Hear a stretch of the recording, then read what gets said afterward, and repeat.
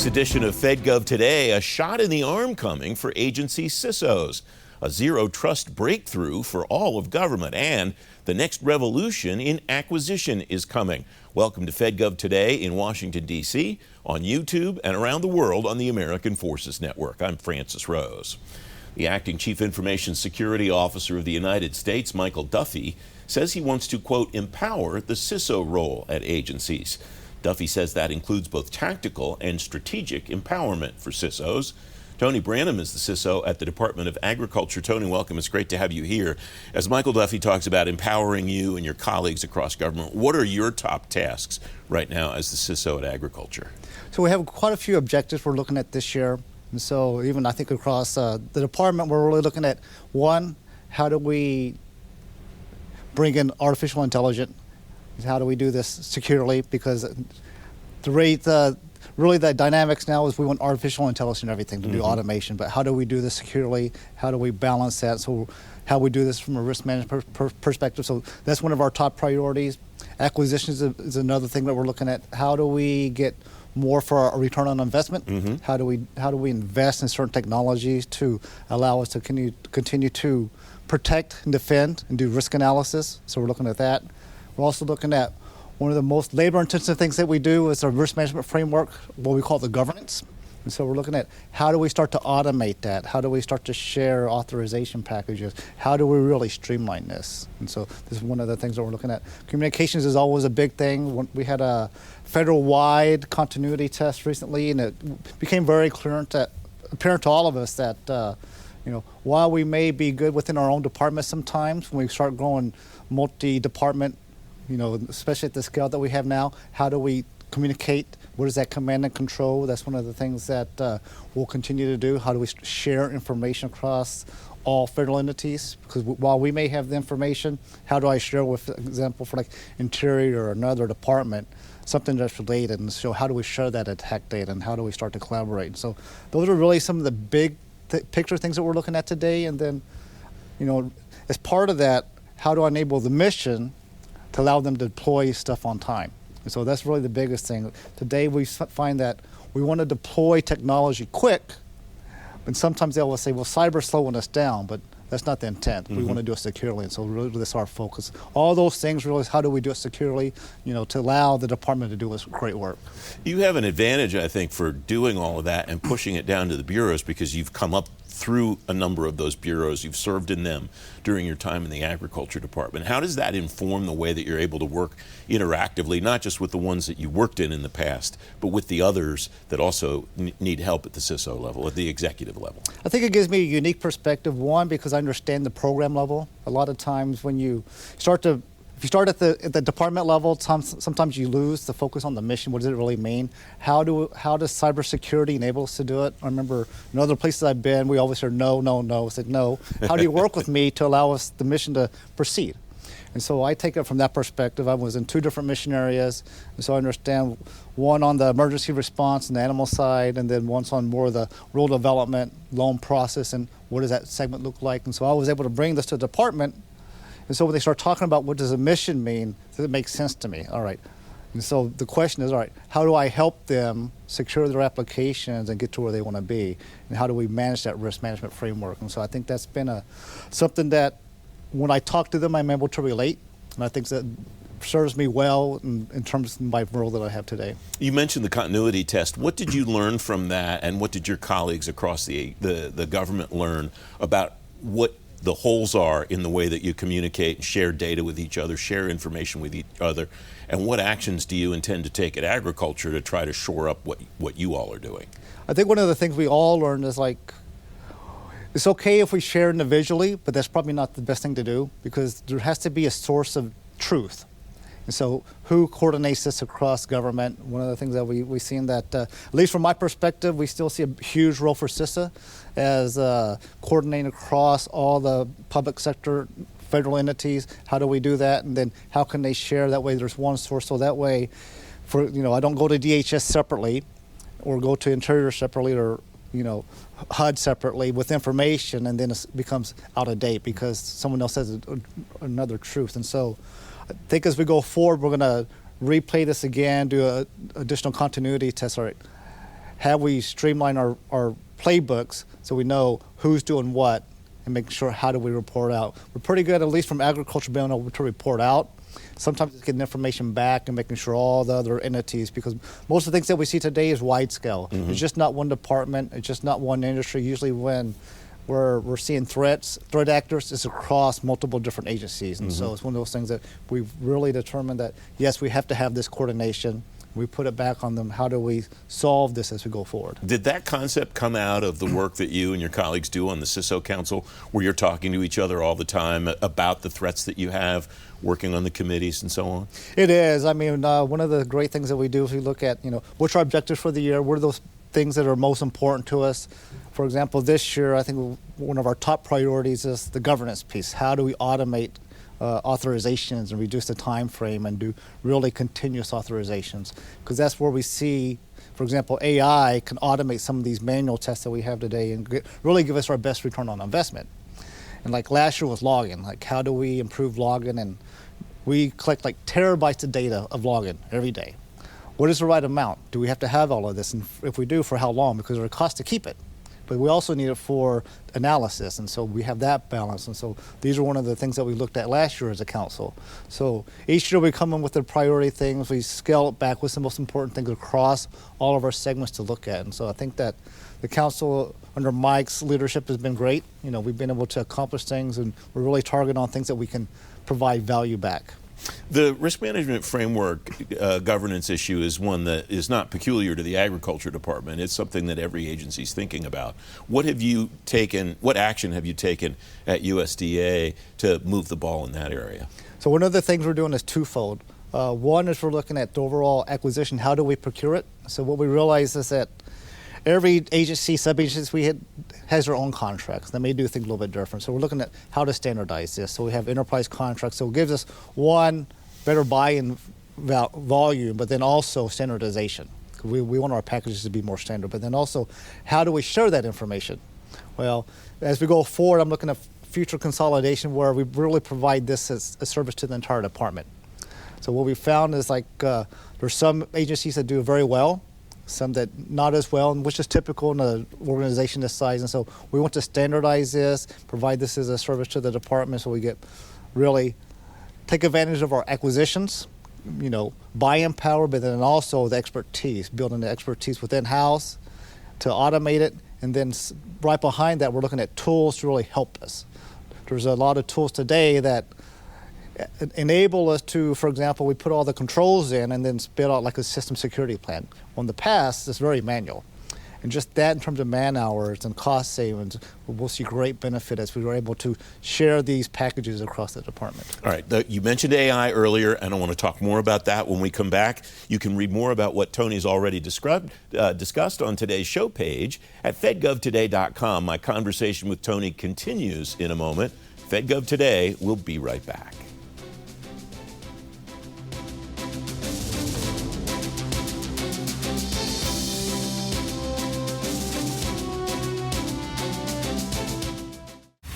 Innovation doesn't wait, and neither do we. At Maximus, we solve problems, streamlining operations, delivering solutions at speed and scale that drive measurable results.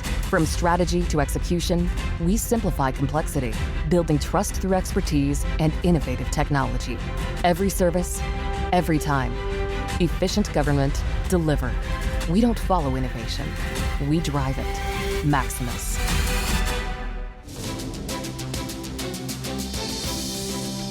Welcome back. Federal agency security leaders tell me they're looking at artificial intelligence in two ways. One is how to secure AI applications. The other is how to use AI to secure their entire enterprises. More now with Tony Branham, the Chief Information Security Officer at USDA. Tony, you talked about AI in the first part of our conversation, particularly about automating the ATO process. I imagine that's just one segment, one small slice of the way you're using AI for security now? Yes, we're actually looking at, we're going through pilot phases now on how do we actually use it for multiple things. One is we want to look at threat detection, log analysis, vulnerability scans. And so while we may do a lot of vulnerability scanning and scans of, our network and stuff, but how do you process this information? Because it's such a large amount of information. So even if you do it, just man hours. It takes a lot of time. So one of the things I'm interested in is how do I use AI to do predictive analysis on it, to allow my technician or cyber technician to say, all right, maybe here's something you can look at. This is an anomaly. And so how do we look? So that's one thing we're looking at for the detection. But then also, how do we actually do, hunt, right? And so we want to hunt, we want to detect, but then also sometimes how do we attack? And so some of that is even internal to our own systems. We have to do scanning of our environment, So we need to be able to use it for the same thing. How do we replay it for ourselves and understand where our weaknesses are? And so we're evaluating those sort of tools today, like how can we use it safely? That's really the biggest gap today. How do we train the models to do what we want and detect? And so there's a lot of possibilities there. We're still early on in the phase to be able to do it. While we see a lot of value, we also want to do the governance thing that I mentioned earlier, because we see short term there's more value in terms of man hours, in terms of being able to automate our ATOs. And just because we do so many every year, we do a third of controls every year on every system that we have, system boundary. As we go forward and we're doing a lot of consolidation in the department, we're looking at how do we do overarching authorizations and then do sub-boundaries. And as part of that, we want to automate the authorization process. That way, as we're going through all of this, each of our components will be able to benefit from it. And so we're looking at potential huge return on investment, even across all of government. I think once we get one or two lighthouse departments that do it, it'll start to span across all of federal government. Did you start with the analysis process of determining where you wanted to apply those pilots, just with how many labor hours can we save, or were there other criteria that you used to decide where you wanted to start? We're looking at value because there's one of the things we want to do is speed to market to get systems authorized. And there's such a long, even if it's 6 to 9 months, typically today that's too long. A lot of times we have new laws coming out. Like, for example, you have a new program where you have to get funding out. It's a new system. We can't wait 9 months or a year for the accreditation package to get done. We have to do it quicker. So when we do these new ones, the more we can automate some of the risk management piece that's just controls and be able to test it, that'll help us get that out. If I can do within 30 days to 6 months, that's the perfect thing to do. And this is why we always do like FedRAMP. Well, if you don't have a FedRAMP package there and you have to do a full FISMA compliance, we have to speed this up. And so just because of the speed of what we're doing, we're looking at how do we improve that process and get some of the manual part out of it. How will you evaluate beyond speed and labor hours saved? How will you evaluate these pilots to determine this worked really well, let's try to scale it or apply it to a different area, or this didn't turn out the way that we hoped, so let's either reshape it or move on? Well, I think there's, as we start to go through the evaluation, it'll naturally, we'll start to say, all right, what's the success? Success may look like, all right, if we do 10 packages in the past, it took us 9 months, and on average, we're down to 6 months or 3 months. This is what we start to see. Or if we start to see in the inverse, well, it may be a shorter, but it created more risk. Well, then that's not obviously our goal.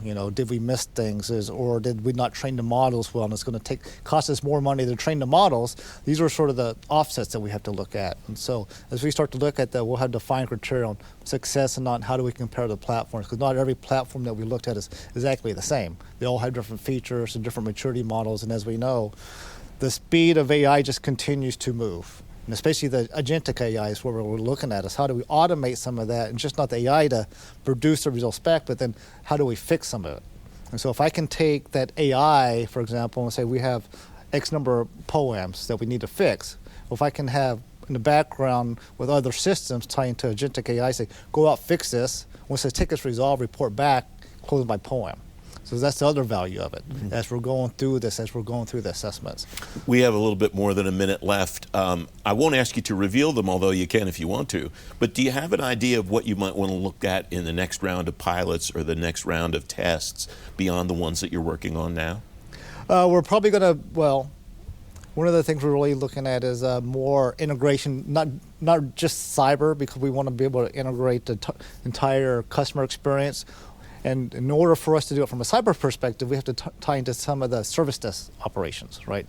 As the tickets are coming in, what's a vulnerability, a threat, how do we take that and route it through the system? And either tie it into the security system for like credentialing, for example. One of the big things we're looking at now is automating our credentialing and our certificates. And so from my perspective, like as they have decreased the time for certificates, that is the biggest part, man hours, trying to find it. A certificate is expired, nobody can log in, or a website is down. We have to automate that. That's probably really our next phase. How do we use AI or machine learning to manage our certificates and make it really streamlined across, one, our cloud brokers that we use, but then also internal to we do as we do identity management. Tony, it's great to have you on the program. Thanks very much for coming on to talk about your work. Thank you, Francis. I appreciate it. You can read more about everything Tony and I discussed on today's show page at fedgovtoday.com. Up next, the next revolution in acquisition is coming. FedGov Today with Francis Rose will continue in just a moment.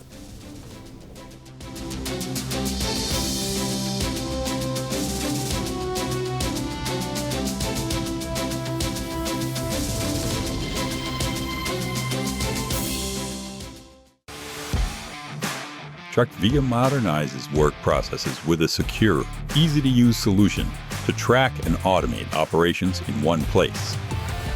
From staffing and tracking large projects, and to managing facilities, assets, and compliance. Teams can modernize processes instantly, work online or offline, and generate accurate reporting without added IT burden. Ensures confidentiality, integrity, and availability ideal for government CUI data in the cloud. One system replaces many. TrackVia. Modern, mobile, mission ready.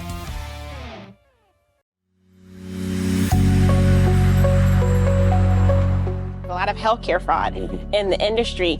And so we need to focus our resources in the places that are going to give us the biggest bang. So we're looking at outlier behavior. We're looking at the number of dollars and claims that have been submitted to us for payment. And we're looking for things that look abnormal. And so sometimes those abnormalities can be explained and they're legitimate, and sometimes they're not. About the importance to the mission, how important this use case is for your mission, right? And how much time that is going to take to implement that use case. What's the feasibility of implementing that use case? What are the success criteria?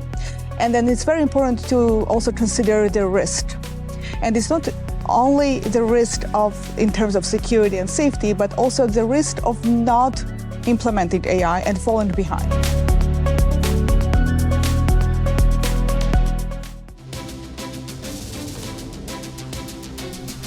Welcome back to General Services Administration's review and comments now on a draft of changes it wants to make to the multiple awards schedule.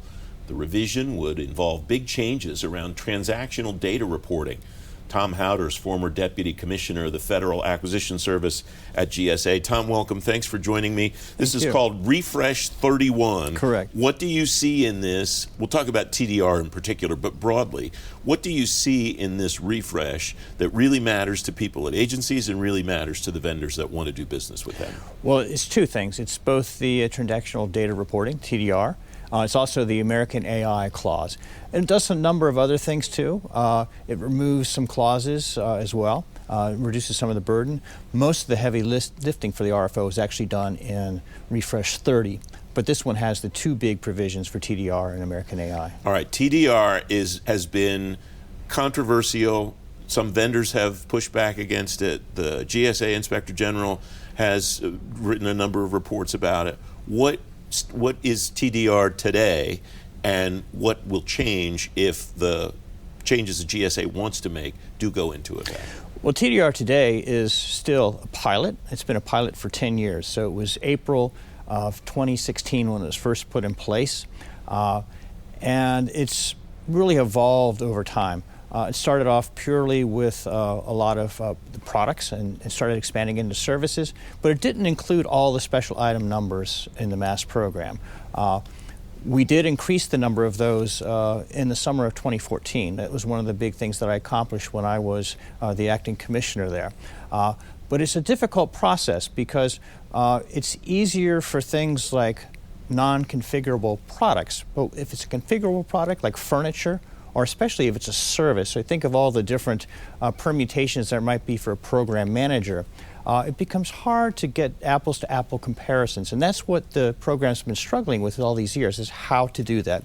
And those are the issues that the IG has drawn attention to. And that's basically, it sounds like in this refresh, GSA saying, we'll figure it out, but we have to figure it out. I read from the terrific reporter Nick Wakeman, changes to transactional data reporting will apply to all multiple award schedules special item numbers by adding 112 SINs that were previously exempt. That sounds pretty comprehensive to me. That's exactly what it's doing. It's really a fish or cut bait moment for GSA. They really want to move away from the price reduction clause. That causes a lot of extra work for the contractor community. It's really something that's outgrown its usefulness over the years. It was great maybe 30 years ago, but that's not how government buyers buy today. And so by moving to TDR, they really hope to move the program forward. This would allow also all of the multiple award schedules program to be considered best in class. So it would have to go to OMB and get the designation. Today, only part of the MAST program is best in class.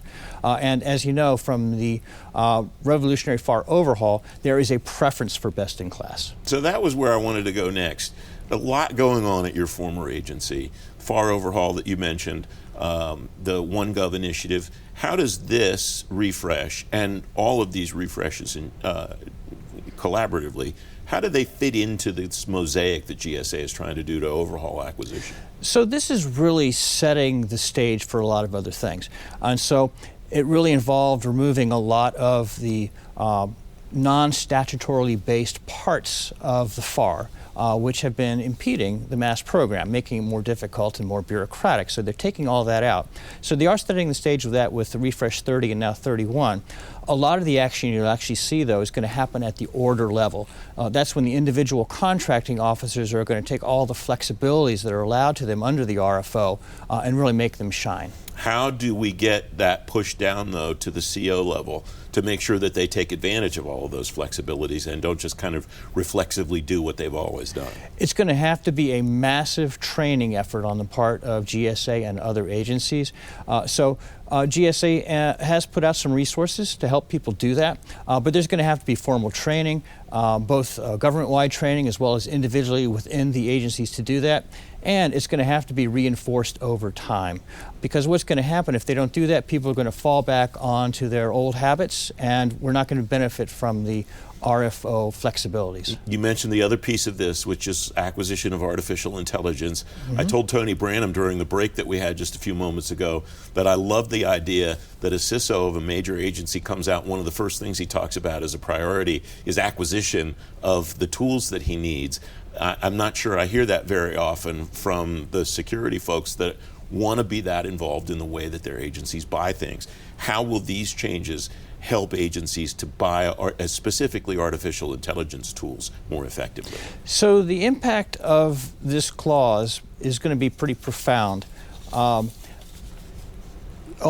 2 weeks' notice has been given for comments. By the time this airs, the comment period will be over.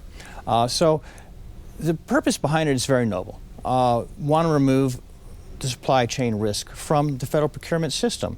Wants to protect government data. Wants to protect government rights. So from that perspective, it's a very good cause. There's a feeling, though, that it's been a little bit rushed when you begin to look at the details of what's in there, and it's a clause with 9 pages, 9 fine point pages of different things that companies have to do. When I talk to companies, they're concerned that even with good intent and faith, it's going to be very difficult for them to comply with that, especially since they have to accept the mod within 60 days. So they're not getting a whole lot of time to be doing a whole lot of very complicated things in order to comply with this clause. Once it's refined and once it's in place, I think it'll be a great thing for government. But until then, it's going to cause a lot of angst in our contractor community. I read again from Nick Wakeman's piece in WashTech. The new AI provisions will standardize terms and conditions government-wide for the first time. That sounds like a noble goal. It also sounds like a really huge rock to push uphill. It's absolutely a huge rock. And there are other provisions in there that are very difficult to comply with as well, up to and including the vendors will have to be responsible not only for AI systems used directly and indirectly within their companies, but also for their subcontractors and also for the suppliers, and suppliers being some of these large AI companies. So there's really no leverage that an individual multiple award schedule contractor has over one of these large companies, and yet they're going to be on the hook for making sure that these companies comply with the clause. All right, you've been on the receiving end of these comments many, many times over your career. What happens next? What's your sense of how GSA will review these comments, what they'll do with them, and what the finished product could or might look like? So in general, what happens if you get a ton of comments and a ton of concerns, you do a little bit of a pause and reflect, and you figure out how to redeploy that. And we've seen that even recently with things like the procurement ecosystem that came out recently. The government did a bit of a pause and reflect. What we don't know is whether the rush to get something in place is so important that they just say, well, we're going to put it in here now and then we're going to worry about it later. So it could be something that happens very, very quickly, or there could be a pause and reflect. We have about a minute left, and I'll end where we started. Given all of that information and everything that you've described, all the insight you've shared, if you're in an agency now, would you do anything to respond to this or react to this? If you're at a vendor now, would you do anything to respond or react to this, or would you wait and see how it plays out? If I were in an agency, I think I would sit and wait, because the benefits from it for the government are actually pretty good. If I were a vendor, I would have already gotten my comments in. And I'm sure that it got a lot of press coverage. You see it all over LinkedIn. The associations are all over it. I'm sure there's robust comments all over it. But if a company didn't get their comments in, that was kind of a missed opportunity, although many others are doing that. Tom, it's great to have you on the program. Thanks for joining me today. Thank you. Appreciate you and having me here. You can read more about the possible changes to the schedules on today's show page at fedgovtoday.com. FedGov Today continues in just a moment.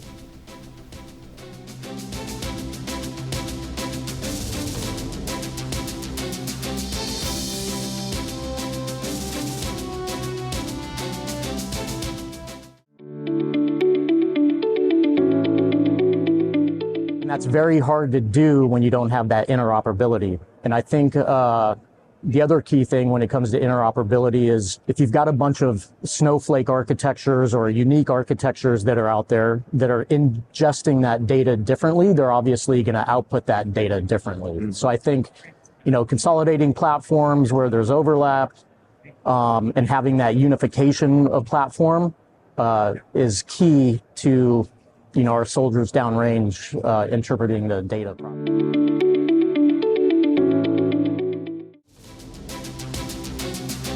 FedGov Today TV returns next Sunday morning at 10. The Navy strikes it rich on a financial management system deployment. I'm Francis Rose. I'll see you then. Thanks for watching. Have a great week.